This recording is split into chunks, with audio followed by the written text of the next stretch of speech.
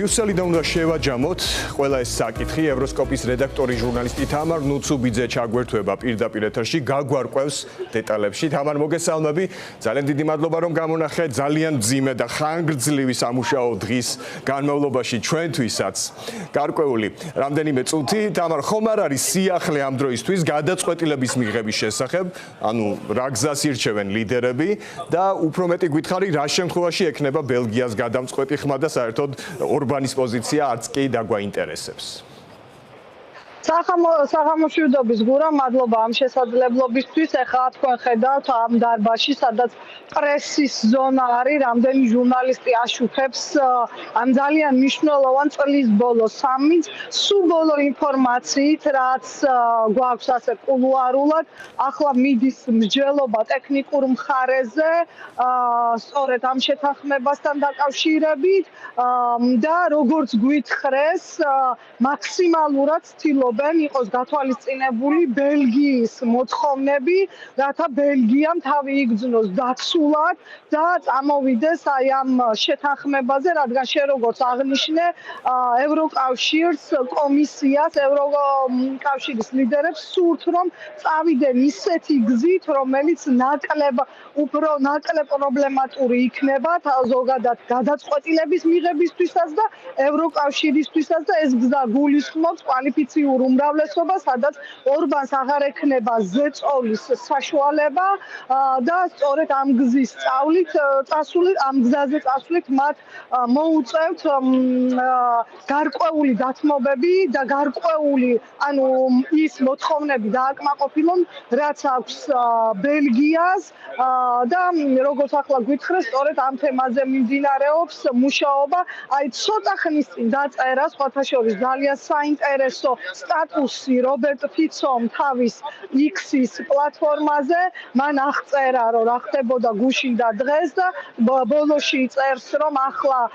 ფინალურ ეტაპზე არისო მოლაპარაკებები, ტექნიკური მოლაპარაკებები მიდისო. თქვენ იცით, ჩემი სუვერენული პოზიცია რა არის ამ ფინანსურ დახმარებასთან დაკავშირებითო და იმედი მაქვსო, ესეთი უცნაური სიტყვა გამოიყენა, რომ ამ გადაწყვეტილების და ამ პოზიციის გამო პოლიტიკურად ფანჯრიდან არ ვიქნები გადაგდებულიო. ანუ როგორც ჩანს, ფიცოც არის მათ რიცხვში, ვინც შეეწინააღმდეგება ამ გადაწყვეტილებას, თუმცა თუ კი მოგროვდა კვალიფიციური უმრავლესობა, ეს საკითხი გავა. უკრაინელი ჩემი კოლეგები არიან იმედიანად და მათ სჯერათ, რომ მაინც მოხდება შეთანხმება ამ საკითხზე. დღეს ამ იმედს თავისებურად ასხივებდა მათი პრეზიდენტი ვოლოდიმირ ზელენსკი ბრიფინგზე, რომელზეც შემთხვევით საკმაოდ მშვიდი იყო, საკმაოდ დამაჯერებელი და სავარაუდოდ მას ეს დამაჯერებლობა შეძინა პირისპირ შეხვედრამ ბელგიის პრემიერ-მინისტრთან ბარდე ვებერთან და მან ბრიფინგზე თქვა, რომ ბელგიაც მოტივირებულია, რომ ეს საკითხი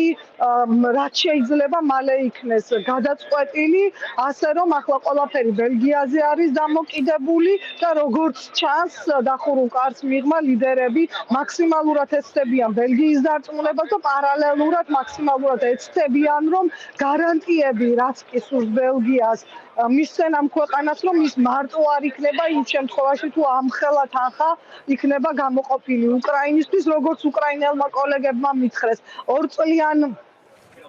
დახმარებაზეა საუბარი, თანხა რაც შენ დაასახელე, შემდეგ წლებზეც გადავა. პირველი 2 წელი უკრაინა ამბობს, რომ მას დაჭირდება 90 მილიარდი ევრო და ეხლა მთავარია ამ თანხის მობილიზება მოხდეს. როგორც აქ გვეუბნებიან, იქნება საკმაოდ გრძელი ღამე. დიდი სურვილია, რომ დღეს ან მაქსიმუმ ხვალ იქნეს მიღწეული შეთანხმება, ნახოთ, დაველოდოთ. და მნიშვნელოვანია, რას გადაწყვეტენ, რა ფორმით მიიღებს თანხას უკრაინა, ეს იქნება ევროპის სესხი თუ გაყინული აქტივებისგან მიღებული თანხა. თურამ როგორც ჩანს, აი უკვე რაზეც არის ლაპარაკი, როგორც ჩანს, მაინც პირველ გზას, ანუ ორი ვარიანტი იყო შეთავაზებული კომისიისგან, ეს სესხი, რომელიც ობლიგაციების, სავარაუდოდ ობლიგაციების სახით მერე მისცემენ უკრაინას და ამ შემთხვევაში კვალიფიციური უმრავლესობაა საჭირო, მეორე მხრივ სესხი, რომელიც დაკავშირებული არის ბიუჯეტში ცვლილებებთან და აქ საჭირო არის კონსენსუსი და იმიტომ რომ არ გართულდეს საკითხი, რა თქმა უნდა, ურჩევნიათ უფრო მარტივი გზით წასვლა. ჩვენც ვინც ასე მხარს ვუჭერთ უკრაინას, რა თქმა უნდა, იმედით ვართ და ძალიან გვინდა რომ პოზიტიურად გადაწყდეს ეს საკითხი, რადგან შენ როგორც თქვი, აქ არ არის საუბარი მხოლოდ უკრაინაზე, ეს ევროკავშირსაც ეხება, ევროკავშირს როგორც გეოპოლიტიკურ, როგორც პოლიტიკურ მოთამაშეს, რომ კიდევ ერთხელ აჩვენოს, რომ ევროკავშირი ერთიანია, შეუძლია სერიოზული გადაწყვეტილებების მიღება და შეუძლია იმოქმედოს სუვერენულად, დამოუკიდებლად, რადგანაც ომი სწორედ ევროპის კონტინენტზეა და არ იყოს კიდევ აი თუნდაც ორბანისგან, ფიცოსგან და უფრო ევროსკეპტიკოსების მხრიდან საუბარი, რომ ევროპა დასუსტა, ასე რომ ამ გადაწყვეტილებას ამ ხრივაც ძალიან დიდი მნიშვნელობა აქვს უფრო ფართო გეოპოლიტიკურ სურათში. ხო, დონალდ ტუსკის სიტყვები იყო ძალიან მნიშვნელოვანი, ფული დღეს ან სისხლი ხვალ ყველაფერს ამბობს ეს ფრაზა. თამარა, თუ რამე არის ამ თემაზე დასამატებელი, რა ვიცი, შენი კომენტარი შეგვიძლია მოვისმინოთ. აქვე კიდევ ერთხელ მაყურებელს ვეტყვი, რომ დაახლოებით საათი და 45 წუთის განმავლობაში ვიქნებით ეთერში და თუ რამე შეიცვლება და უკვე გამოცხადდება გადაწყვეტილება დახურული შეხვედრის შემდგომ, იმედი მაქვს შევძლებთ შენთან დაბრუნებას და სასიხარულო ამბის გაგებას. თუ ამ თემაზე გაქვს რამე დასამატებელი, თუ არა, მაშინ საქართველოზე მინდა გკითხო. ერთი შეიძლება დავამატოთ, რომ განცხადება გააკეთა ასევე ევროპარლამენტის პრეზიდენტმა რობერტა მეცოლამ, რომელმაც თქვა, რომ იმ შემთხვევაში, თუ კი ლიდერების შეთანხმება მოხდება, შობის დღესასწაულების მერე ევროპარლამენტი მზად იქნება უკვე კენჭისყრაზე გაიტანოს ეს საკითხი, რომ რაც ასევე საკანონმდებლო თანხმობას საჭიროებს, იქ არ იქნება პრობლემა და ზოგადად შენს კარგად იცი, რამდენად უკრაინის მხარდამჭერია ევროკავშირის პოლიტიკური ორგანო და ძალიან კიდევ ერთხელ გავიმეორებ, რომ ყველას დიდი იმედი გვაქვს, რომ გადაწყვეტილება იქნება პოზიტიური, რაც ძალიან ჭირდება უკრაინას და ძალიან ჭირდება ევროკავშირს, თუმცა უნდა დაველოდოთ საბოლოო გადაწყვეტილებას და ალბათ ჯობია მოვლენებს წინ არ გაუსწროთ, ვიდრე შევქმნათ დიდი მოლოდინები და მერე რამე შეიცვალოს, ჯობია დავწმუნდეთ, ნახოთ, რომ იქნება მიღებული გადაწყვეტილება და მერე უკვე მეტი საუბარი შეგვიძლია ამ თემაზე. კი ბატონო, და ველოდებით ასევე გაფართოების საკითხზე გადაწყვეტილებას, საქართველოში ველოდებით ვიზა ლიბერალიზაციის საკითხზე კონკრეტულ, ასე ვთქვათ, ნაბიჯსაც, რადგან ჩვენ მოვისმინეთ უკვე გზავნილი, რომ მიმდინარე კვირაში წესით რაღაც უნდა გვითხრან ამ მიმართულებით. ხომ არ არის სიახლე აქვე დავაზუსტოთ? მიმდინარე კვირა ახსენა გუშინ სტრასბურგში დებატებზე კომისიის წარმომადგენელმა, რომელმაც თქვა, რომ უნდა იყოს ანგარიში უვიზო მიმოსვლის პირობების შესრულებაზე. ჩვენ მართლაც ყოველ დღე ველოდებით ამ ანგარიშს, რომელიც არის წელიწადში ერთხელ შეჯამება, შეფასება. შარშანაც დეკემბრის თუ არ ვცდები, აი დასაწყისში 10 რიცხვისთვის იყო,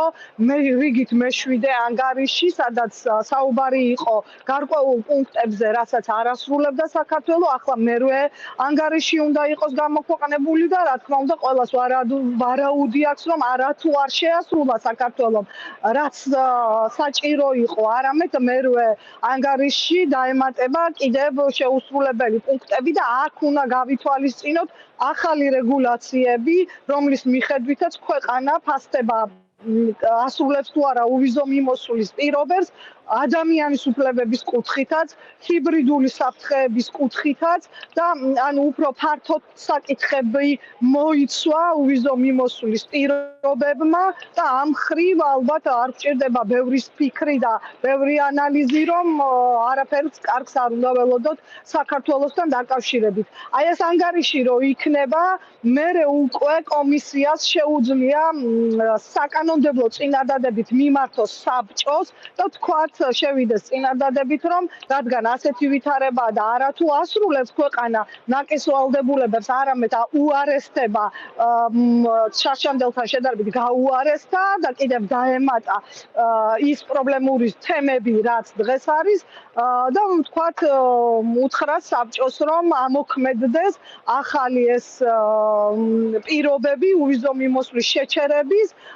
მაგრამ აქაც საუბარი, როგორც ყველამ უკვე კარგად ვიცით და არაერთხელ ევროკავშირისგან ყოველ შემთხვევაში ამ ეტაპამდე საუბარი არის მიზნობრივად გარკვეული ჯგუფებისთვის და მერე უკვე ეს საკითხი უნდა გადაწყვიტოს საბჭოში, გადმოვა გადაწყვიტავს საბჭოს, თუმცა აქაც წინასწარ იმაზე საუბარი, რომ როდის შეიძლება ეს მოხდეს, ზუსტად რა წინადადებით შევა კომისია საბჭოსთან,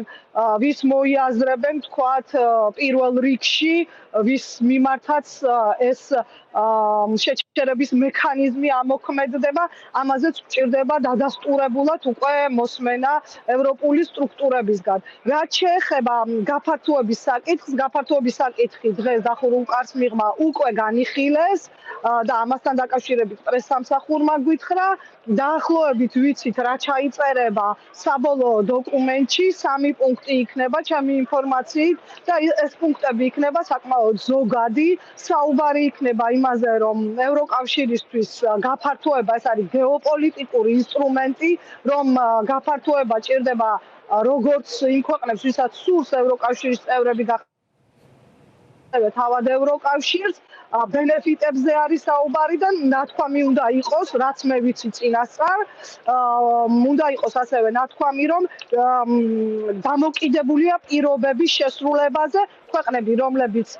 კარგად შეასრულებენ პირობებს, მათი ევროინტეგრაცია დაჩქარდება და ასევე საუბარია, რომ თავად ევროკავშირსაც სჭირდება შიდა რეფორმები იმისთვის, რომ იყოს მზად. თუ კი საინტერესოა, ძალიან მოკლედ შეგვიძლია ვთქვათ, რომ მოიაზრებოდა ჩაშლილად, რადგან წლის ბოლო არის, ჩაშლილად ქვეყნებზე ყოფილიყო დოკუმენტში საუბარი, მაგრამ ასევე გუშინ მედიამ ძალიან კარგად გააშუქა ცლად ინფორმაცია ზოგად საქმეთა მინისტრების საბჭოს შემდეგ გამოცემულ დოკუმენტზე, რომელსაც 26 ქვეყანა აწერს ხელს, ოფიციალურად არ თქმულა, რომელია ისეთი ქვეყანა, ვინც დოკუმენტს ხარი არ დაუჭირა, მაგრამ ასევე ყველამ კულუარულად კარგად ვიცით, რომ ეს არის უნგრეთი და იმის გამო, რომ მთლიანობაში დოკუმენტი აქ არ არის საუბარი რომელიმე ცალკე აღებულ ქვეყანაზე. აი ეს ამ დოკუმენტში საუბარია გაფართოების კალათაში მყოფ ყველა ქვეყანაზე და იმის გამო, რომ ერთმა ქვეყანამ არ დაუჭირა მხარი, უკვე აი ამ შემაჯამებელ სამიც ვეძახით ჩვენ, რადგანაც ლიდერების დონეზეა, ასე ჩაშლილად სავარაუდოდ არ იქნება საუბარი დოკუმენტში და უფრო შემოიფარგლებიან ზოგადი ფრაზებით. ხო, თუმცა საქართველოსთან დაკავშირებით უკვე განცხადებები, გზავნილები რაც მოვისმინეთ პოლიტიკოსებისგან, უკვე არის იმის დადასტურება, რომ ჩვენ შემთხვევაში წინსვლა საერთოდ სიტყვა ზედმეტია და ამის ხსენება არანაირ კონტექსტში არ იქნება. შენ დაუსვი კითხვა კაია კალას, რომელიც საგარეო საქმეთა და უსაფრთხოების პოლიტიკის საკითხებში ევროკავშირის უმაღლესი წარმომადგენელია. ევროკავშირი მხარს უჭერს ქართველ ხალხს, მაგრამ მხარს არ უჭერს საქართველოს მთავრობას. მგონი გასაგებია დამატებითი ინფორმაცია ამასთან დაკავშირებით არ არის ჩვენი მაყურებლისთვის საჭირო. თამარ, შენ ბრიუსელამდე იყავი სტრასბურგში, სადაც საგანგებო დებატები გაიმართა საქართველოს საკითხზეც. შენი შთაბეჭდილებები რომ გაგვიზია, რომ ბოლოს სტრასბურგში ძალიან მკაფიო, უმწვავესი განცხადებები რუსი ჯაშუში, ასე მოიხსენიეს ივანიშვილი და მოითხოვეს სანქციები. BBC-ს ფილმი და ქიმიური მოწამვლის საქმე იყო ძალიან მნიშვნელოვანი აქცენტები ამ დებატების დროს. კი გურა, მოდი დავხუროთ ის საკითხით, მაინც მაყურებელს რომ არ დარჩეს განცდა, რომ თქვათ რაღაც საქართველოზე პოზიტიური რაღაც განწყობები, ანუ ის დოკუმენტი, რომელიც მიიღო ზოგადად საქმეთა მინისტრებმა, ის დოკუმენტად რჩება და ნებისმიერ დროს სურვილს შეუძლია უბრალოდ შევიდეს ოფიციალურ ვებსაიტზე და ნახოს რა ჩანაწერიც არის რამდენიმე პუნქტად გაკეთებული საქართველოსთან მიმართებით და ეს არის ევროკავშირის პოზიცია. სხვა ქვეყნებზეც არის იქ რასაკვირველია საუბარი გაფართოების ქვეყნებზე, მაგრამ რადგან ჩვენ საუბრობთ საქართველოზე, ანუ ევროკავშირის პოზიცია არის ეს, რაც გუშინ გამოქვეყნდა დოკუმენტში 26 ქვეყნის უმრავლესობის ერთი ქვეყანა მხოლოდ განზე მდგომი. რაც შეეხება დებატებს, ჩემთვის მას საჩვენებელი იყო ის ფაქტი, რომ საკმაოდ ბევრი გამომსვლელი იყო, რაც ხშირად ძალიან ცხელ თემებს ახასიათებს და მიმდინარე მოვლენებს და მიმდინარე დებატებში შედარებით ნაკლები გამომსვლელია. კიდევ საჩვენებელი იყო ის, რომ მაგალითად საგარეო კომიტეტის თავმჯდომარე დევიდ მაკალისტერი, რომელიც ტრადიციულად ასეთ დებატებში, როგორც პოლიტიკოსი ხშირად არ გამოდის ხოლმე, რადგანაც სტატუსით უფრო მაღალია და ესეც ძალიან მნიშვნელოვანი იყო, რომ მას ჰქონდა სურვილი დაეფიქსირებინა როგორც თავმჯდომარეს თავისი პოლიტიკური პოზიცია და ასევე თუ მიაქცია ყურადღება ძალიან ბევრი პოლიტიკოსი იყო, ვისაც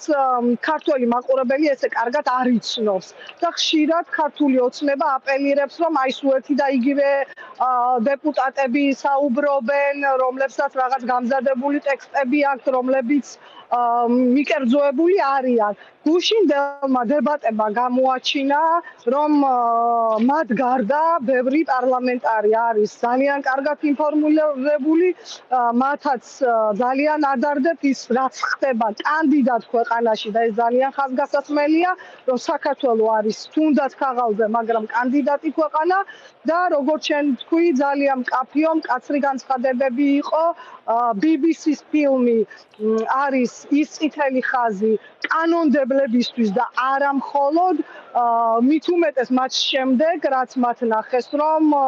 ბუკვალურად 5 დღეში დაიწყო და დაიხურა გამოძიება საქართველოში და პირდაპირ ამბობდნენ თუნდაც ჩემთან საუბარში კანონმდებლები, რომ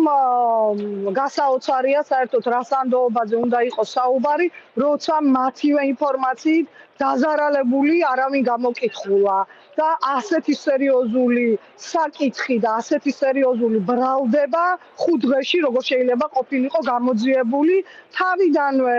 არ ქონდათ ნდობა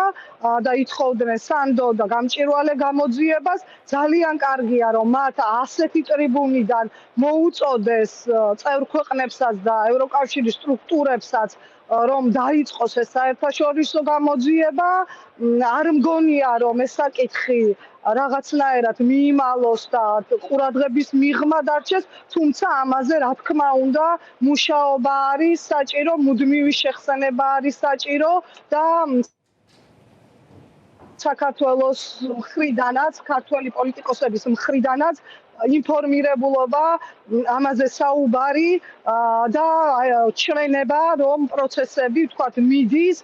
რადგანაც როგორც სავარაუდოდ მე როგორც მივხვდი იურისტებიდან, მაინც